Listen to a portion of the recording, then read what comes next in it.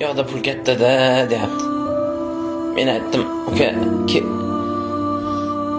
qori bo'laman deb orzu qil, sportchi bo'laman deb orzu qil, olim bo'laman deb orzu qil, kep musofir bo'laman deb ham orzu qilasanmi desam, boyagi bola kulyapti.